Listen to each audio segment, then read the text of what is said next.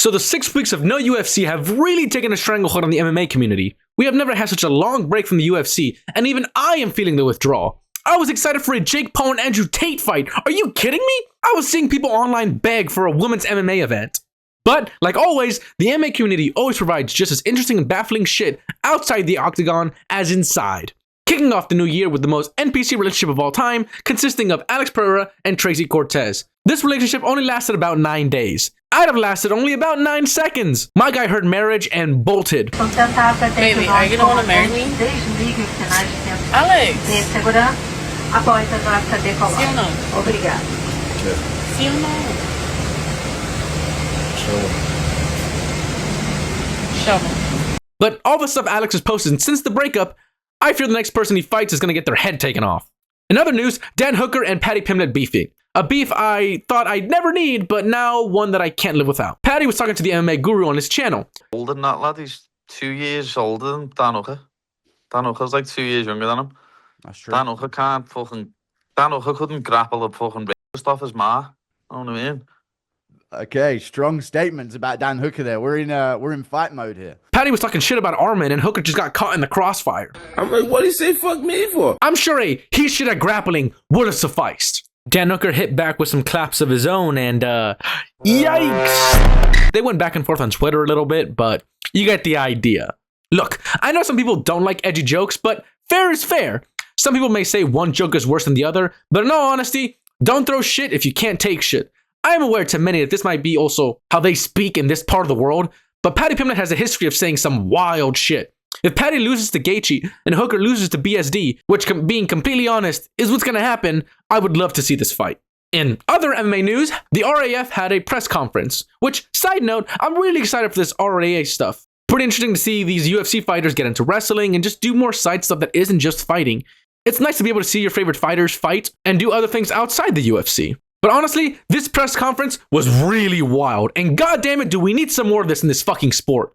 I mean, Colby's shtick is getting really old and pathetic at this point, but it is miles more entertaining than, so, hey Max, do you think you can really fight Charles Oliveira and win? Yeah, we'll find out, brother. Like, do none of these MMA journalists actually keep up with the sport? Colby and Luke Rockhold were using the last 2 brain cells together to come up with some shit to say, and it was way more entertaining.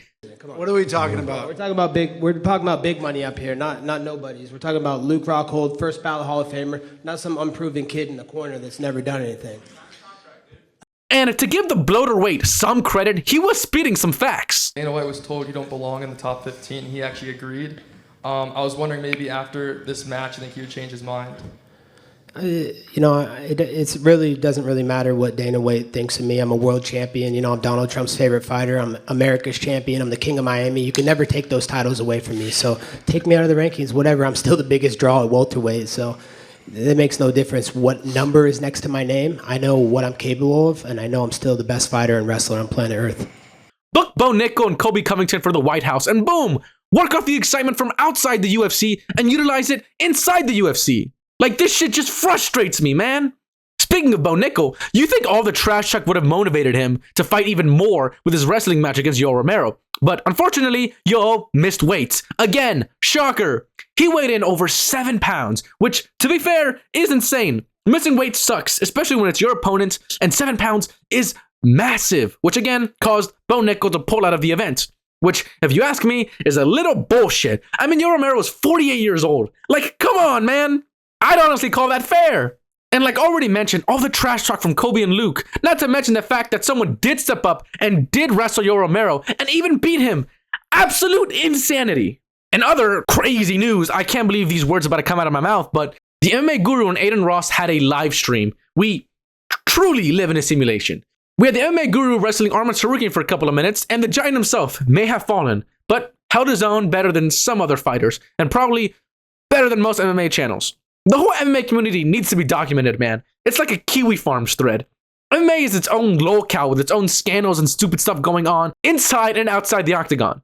I swear, half the reason I love this sport so much because of the community and the going-ons. But when the first Paramount card hits, which also happens to be my birthday, it looks like we'll have a steady stream of content for the foreseeable future. Now, the quality of these things may leave a lot to be desired, but at least we can finally leave these depressing times. Well, that's all I have to say today. If you liked the video and enjoyed it, like the video. and subscribe for more MMA content. And I'll see you filthy casuals in the next one. Peace! Who's got the next question? As much as I'd love to see Kobe and Bo keep arguing, obviously you guys are both Trump supporters. So I just wanted to ask, like, how much does it mean to you guys to compete just 30 minutes away from where Jeffrey Epstein used to hang out? Who the fuck is talking right now? Luke, you're dressed like a lesbian. Move on, Let's relax. move on.